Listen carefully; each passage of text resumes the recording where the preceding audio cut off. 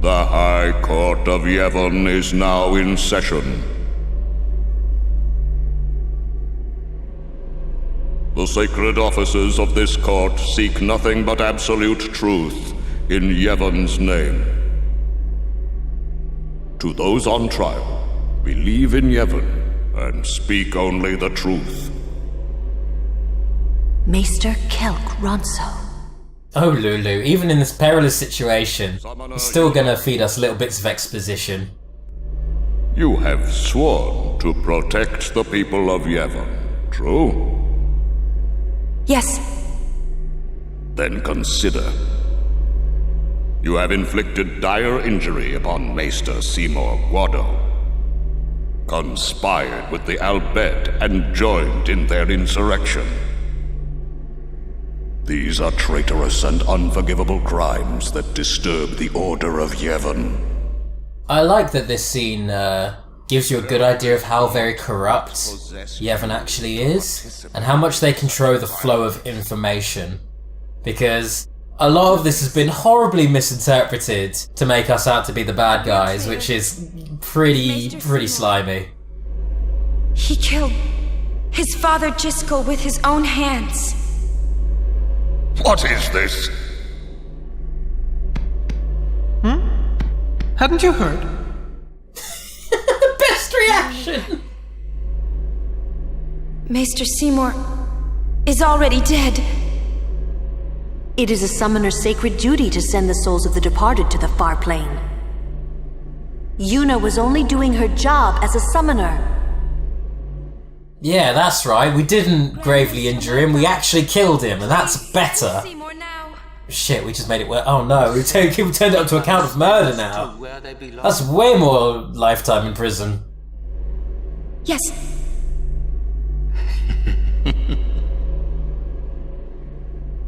Maester? Send the dead,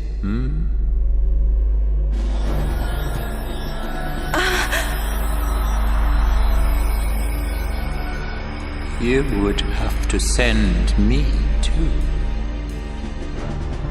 What?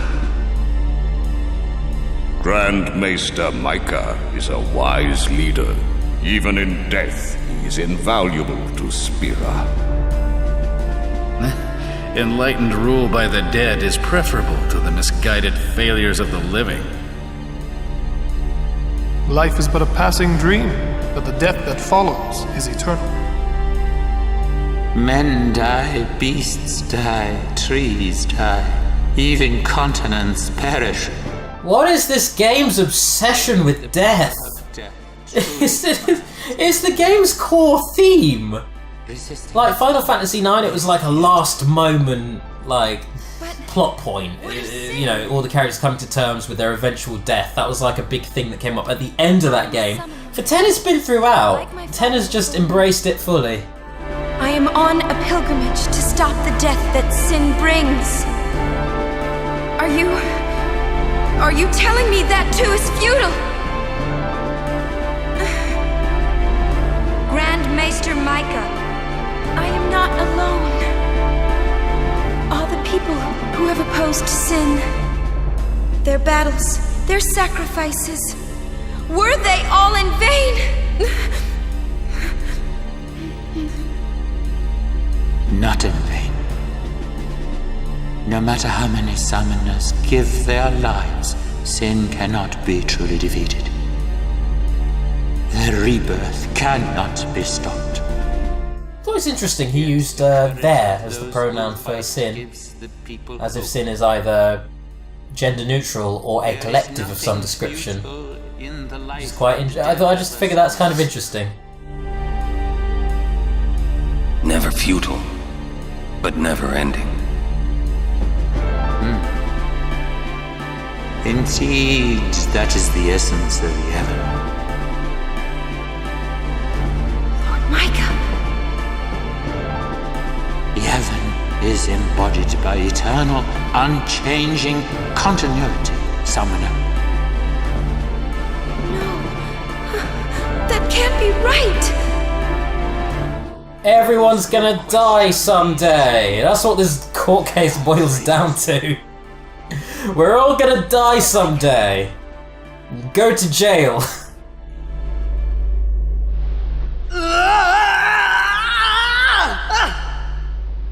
Get me out of here! I want out now! You hear me? Look at the size of those bars. Just look at them. Oh, it's that really annoying trope of, you could just jump out of this. Look at the size of the bars. Both of you could effortlessly jump out of this. It's probably like a force field around it. I can't see a force field. Well, that's the point of force field. Implied force field. It's just it's an honor system.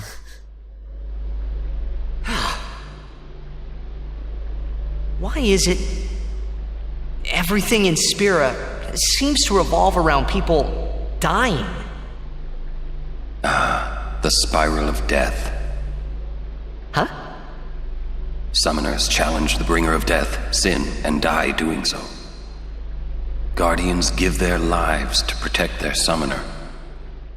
Final Fantasy is to death what Kingdom Hearts is to darkness. Yeah. I just realised that, like, the morbid fixation with Well, it. darkness is sort of death. I guess, yeah. And then They tie into each other. more death. But that's why the world is called Spira, because it's a spiral of death. It's a downward spiral. Everything goes to hell eventually. And even our demonic cherub-faced monk friend can't get us out of this. Because he's such a brown noser, he's totes gonna just straight up kill us.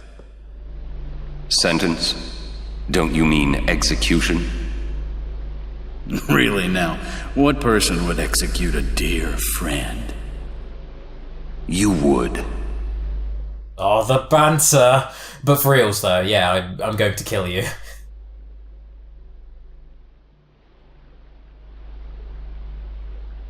Oh, come on, I could waste these guys effortlessly if I wanted to.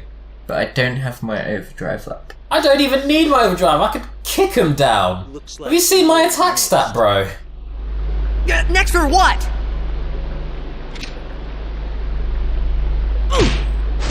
Ah!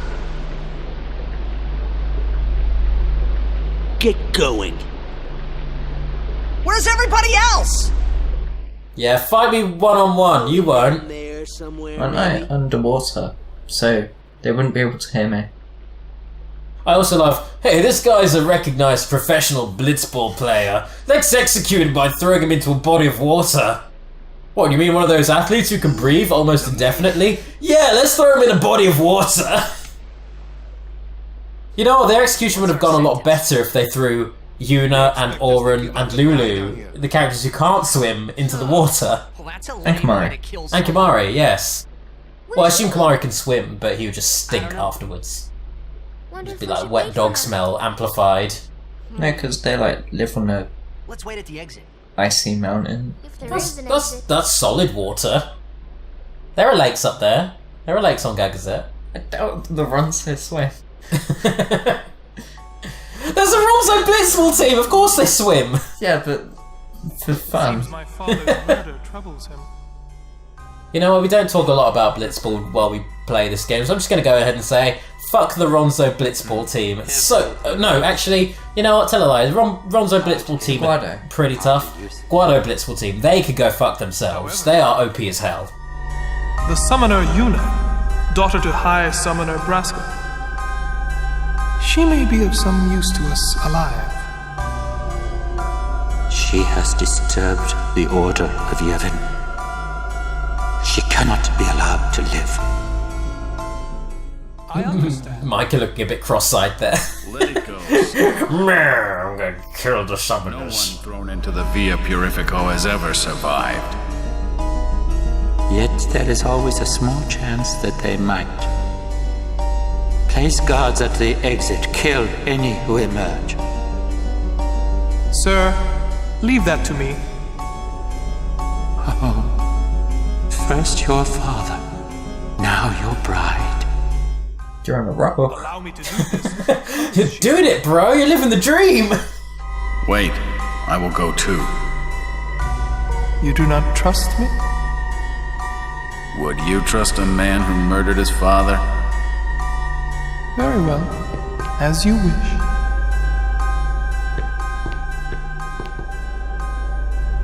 Lady Yuna, forgive me. Anyways, here we are in the Via... I think the Via Infinito or the Via Purifico? What's it called again? Purifico. Via Purifico. Infinito's from the second game. This area is pretty simple. You just run through as Yuna, which is a bit novel. It's the first time you've taken control of an out-of-battle NPC, other player character other than Tidus. And yeah, you've got to try and navigate your way through this maze of monsters while collecting your party members.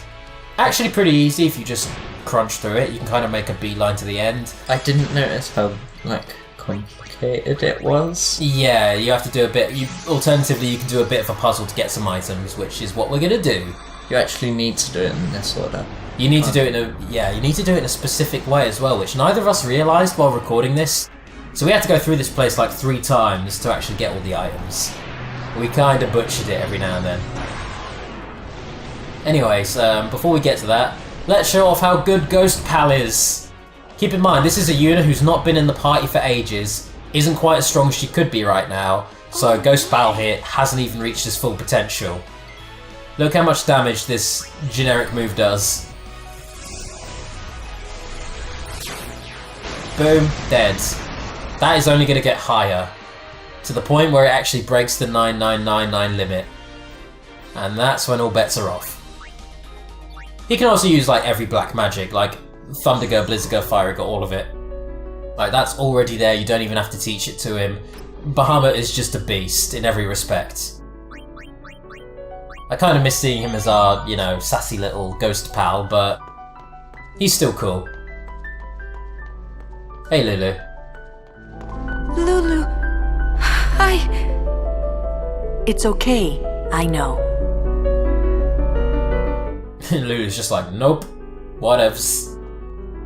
Don't apologise, we've all been through this mess. It happens to the best of us.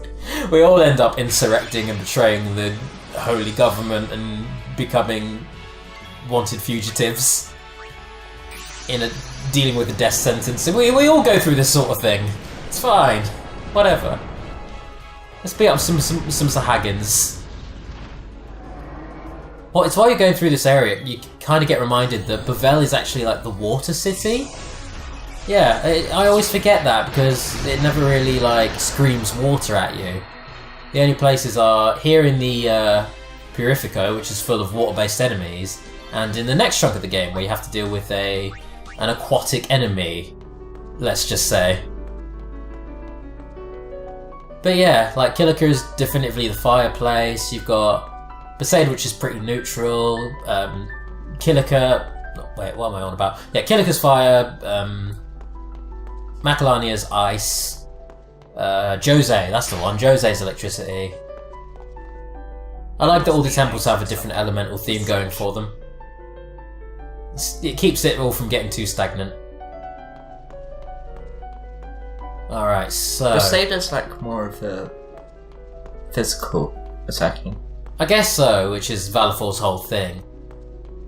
But I wouldn't associate the temple with any kind of physicality. I would just say that Besaid is neutral. Yuna, sorry we left you alone. no. It's okay.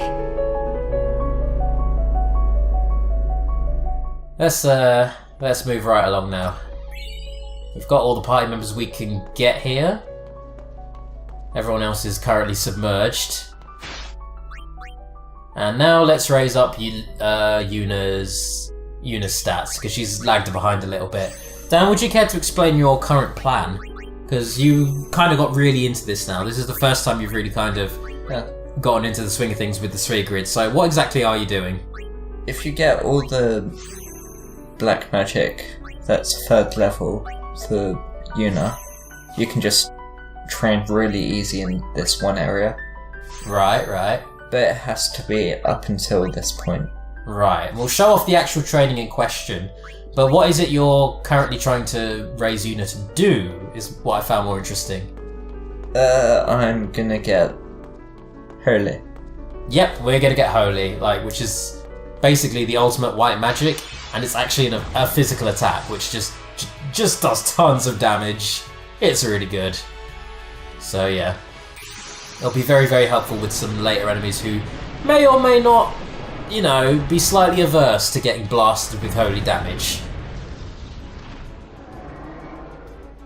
Anyways, more impulse. Skadoosh. And I'm a little curious, is this little blobby thing going to make us demonstrate our overdrive? No, we're just going to punch him in the face, whatever. Get out. We'll save that for the next boss fight. Who is going to get absolutely slaughtered by us. Just, you know, I don't even need to... as if I need to say it at this point. I think you've now crossed the threshold when nothing's really going to challenge you anymore. Not until the post-game. Anyways, another black magic sphere to teach Yuna some more black magic. And after touching that purple sphere, or that purple glyph,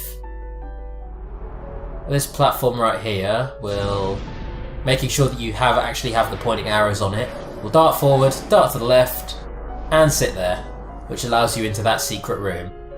If you didn't have the glyph currently on that platform, you'd have screwed yourself out some really good items. So just don't use the teleporting thing at all. I would just say you'll use the teleport to get around, but make sure it ends up there so you can take it with you over here. No, if you just walk around, you can do this. Yeah, you can do that if you don't mind the odd battle. But anyway, secret room. This room gives us, if I remember correctly, a skill sphere. Yep, and warp sphere, teleport sphere, no, lucid ring. So good defensive item for Yuna there. Also loads of gil hidden really craftily behind that door where you physically cannot see it. How did we know that was there?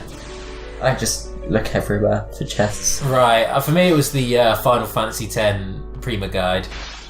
I remember that thing so fondly. For Final Fantasy X and Kingdom Hearts, I remember having the official strategy guides.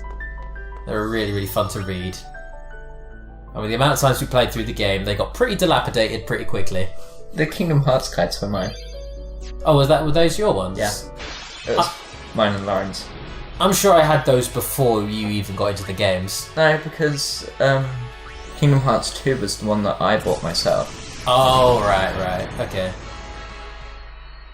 Anyways, this is the corridor in question now. Yeah, that was a while ago. But this is the corridor in question where you can run up and down and you'll constantly get those lava enemies who really don't like being electrocuted. So all you've got to do is get Yuna to do this. And Yuna gets a ton of experience. She has a lot of MP as well, and if you run out of MP, you can go back to the save point. This is the grinding opportunity. You probably spent about like an hour doing this, just so Yuna could become super beefy. It's actually really fun. It's pretty fun to do, yeah. It's the rush of power you get from doing it. It'll become tedious if you do it for too long, but that's what most RPGs boil down to. They become really fun when you can blaze through them. Like, just the satisfaction of doing so. We rode the airship to the Calm Lands, then came to Bevel. Maester Kinnock summoned us then, ordered us to deal with the traitors. You will fight us? The Temple's orders are law. Isari, you're kind of being a dick because you saw what Yevon did. You were there. Traitor. How would His guardians. He's saved your life. Yeah, we literally saved your life. Granted, you kind of saved ours. You took out a Wendigo, but unhappy deed. You know, eye for an eye. We should be buds. Forgive me. This is most certainly uncool. Oh well, whatever. Here's a proper Pokemon battle that could lead to a game over if you screw it up. Because Auron and Lulu just don't want to get involved with this, apparently. Now, the funny thing is, you've done so much grinding for Yuna. Yuna could probably solo this. She could probably take these out by herself at this point. But, you know, why would she need to when, you know, when you've got the Aeons you've got. Also, the game won't let you. You have to, you have to summon. It won't just let you take out Ifrit with Blizzaga. But whatever, let's bust out Ghost Pal's ultimate attack. Ifrit would probably just kill Yuna right now. Null Blaze. Yuna could just cast Null Blaze on herself. Assumingly she's a lot faster than Ifrit. But so most of his attacks wouldn't work at all on her. Isn't that Overdrive not elemental? No, Hellfire. Hellfire's sure as hell is a fire-based attack. Yeah, Null Blaze definitely works with Hellfire. All of the elemental Aeon's attacks are elemental, yeah. Oh, I was thinking because it threw a rock at it. No, throwing a rock doesn't make it less fiery. It's still pretty fire. And on that note, sweet lord, that damage, 35,000! Oh my god, highest thing we've seen so far, and it's only going to get higher. Battle to battle. Where's the ground made of her? Whatever it is, it's bloody tough as to endure all of the Aeon explosions going on right now. That would be cool actually if when you summon an Aeon in certain areas that you actually see the wear and tear that your Aeons cause. That would be pretty decent. That is what they do in Final Fantasy 15. Oh really? I could dig that, that's pretty cool. Like, entire places just get destroyed. Wow. And just a little heads up, using an electric type on a flying type. Pokemon battles. We've literally taken this to the extreme in terms of treating it like a Pokemon battle. I like that he has nicknames for all his Aeons. Yeah, he calls them, I think they're like Pateria, Spathy, and basically their names are Wings, Sword, and Shield, I think. Something like that. And I thought it was Fist. No, yeah, Fist, sorry. So it's Wings, Fist, and Sword. Yeah, Wings, Fist, and Sword. The really interesting thing is that in the PS4 release of this game, the Aeons are actually called that. They actually call them Wings, Fist, and Sword. In all other versions of the game, he gives them Greek names. Don't know why that is. I think the Greek names sound cooler, so he has more taste in this version of the game. And here he is bringing in Bahamut. Thank God his Bahamut only attacks with its overdrive move. So what you've got to try and do is basically take it down before it can use its overdrive. Which, considering, you know, how much you've been grinding with Yuna, is not going to be hard at all. I cannot let you pass. Shut up, Isaru. Your guardian is 12, you loser. I wouldn't even say 12, he's like 8. You have a small child with a sword protecting you. Alright, let's just kill you with ice. Or with kicks, multiple kicks. Boot to the groin.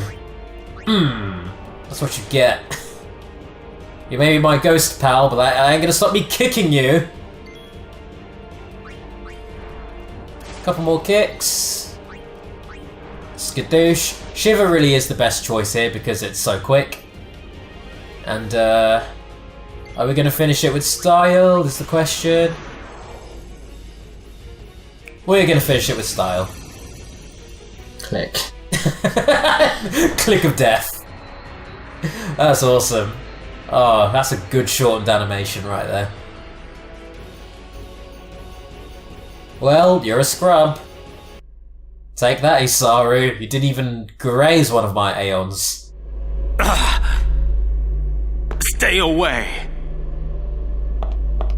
Yuna, let's go. There's a way to the surface up ahead.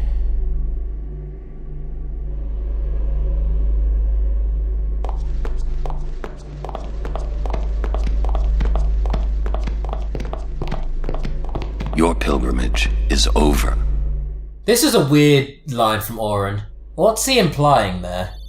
Is he saying, like, because you failed at apprehending Yuna, you're gonna get arrested? Or is he saying, like, you know, if you keep pilgrimaging, we're gonna beat you up, nerds? We're the master summoners now. He's completely failed Yevon. They'll probably not allow him to go into temples. Oh, right, is that what it is?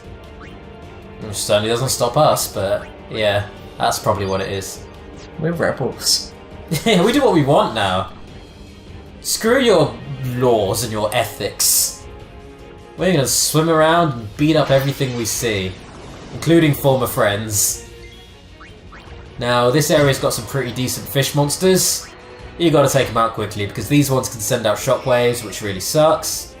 And I think it's around this point that I reminded you, you have Mug now. You need to start mugging enemies. You need to mug every single enemy you see. Rob them all of their lunch money. They're all nerds. I think from this battle onwards, that's exactly what we do.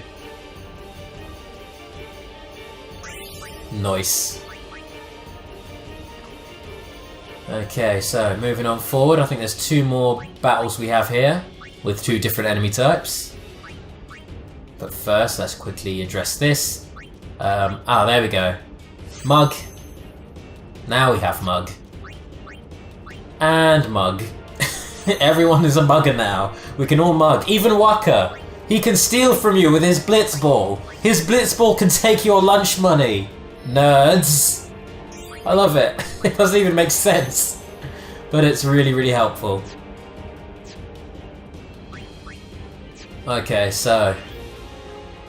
moving on up. Fighting some more fish. I dig the aquatic battles. I like the attention to detail with them. Like, a lot of your attacks will have different animations based solely on the fact that you're underwater. Mug. Nice. And more mugging. Steal all of the lunch money. Give me your dragon scales. And the best thing is you can just keep spamming it. For every item you steal, your chance of stealing more stuff gets lower, but it never becomes impossible. There's always something to take. Even if the chance is like minuscule. If you're mugging every turn, you still have a good chance of taking things. So from this point on in the game, considering it only costs 10 MP, Mug should just become your de facto attack. Especially if you're running Thieves, because now you can combine your stealing and your damage output. More mugging. Let's take out this Tross wannabe. There you go. Now it feels a lot like Final Fantasy IX. How so? Because we just have thieves. Well, yeah. Final Fantasy IX was all about thievery, what with its main pro tag being a thief. It was all about getting those rare items in. And then just butchering the game with them. And one more battle, one more enemy to show off. It's that horned fish over there. Oh, and there's 2 of them. We can steal more scales from them. Which is pretty helpful to do right now. More mugging. The fact that Waka can now steal your lunch money, blind you, and make you shut up, so you can't spam magic, all in one attack, is fantastic. He's now a racist jock bully. But you know, there's a time and a place where that's actually pretty helpful. There we go, there goes the horned fish. And now it's time for a boss fight. It's like he has triple foul. Kind of, as yeah. a weapon. But anyways, on that note, we're now going to deal with the easiest boss fight in the whole game.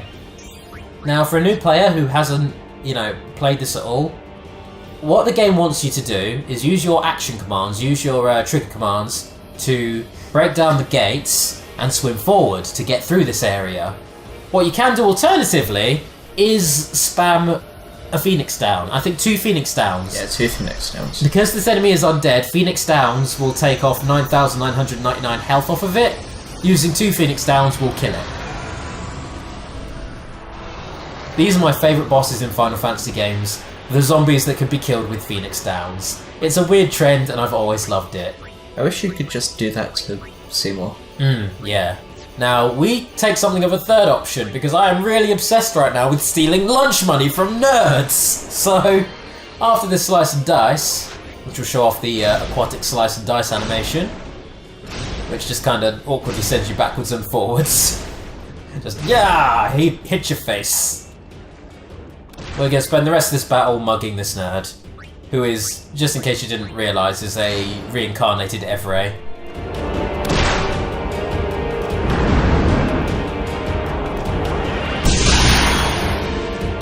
I'm not sure why that stone gaze didn't petrify and immediately kill Wakka. I'm going to assume he's wearing some kind of armlet that is stone-proof. Anyway, now we've blinded it anyway, which is going to make its stone gaze completely useless. We've tried stealing more of its stuff, but it just kind of died from the duress. Didn't even get to demonstrate the Phoenix Down trick. That was their honest to God attempt at executing us, really. Right there. That was it. I have never run away from this boss, and I genuinely don't know what happens when you do. I assume you don't get any experience or items, and so I could never recommend that. I was hoping it would be like a chase scene. Well, that's kind of what it is, isn't it? No. Oh no, really? You just break the lock and they fly. They just swim off. Yeah. Oh, I thought it'd be like he chases you through all these different areas and. No, you just like run away from it. Oh, that's really lame. Yeah, never ever run away from that boss because that would be silly to do when you can two-shot it, and that's at best. Anyways, that item we just got there, I believe for Wakka, that rematch, that is like the Avenger Tidus currently has, or Jekt currently has, but even better because it has evade and counter. What that means is Wakka is now completely immune to physical attacks that are directed at him. He will always dodge them and always counter them. That, when you give it to all of your party members, makes any physical enemy an absolute joke for the rest of the game. And it's one of my favourite abilities in this entire game. I'd say it's straight up, like, mandatory. Like, you just kind of need to have it. Anyways, that was a nice peaceful swim through what could have been a thrilling escape, but wasn't. Let's move on.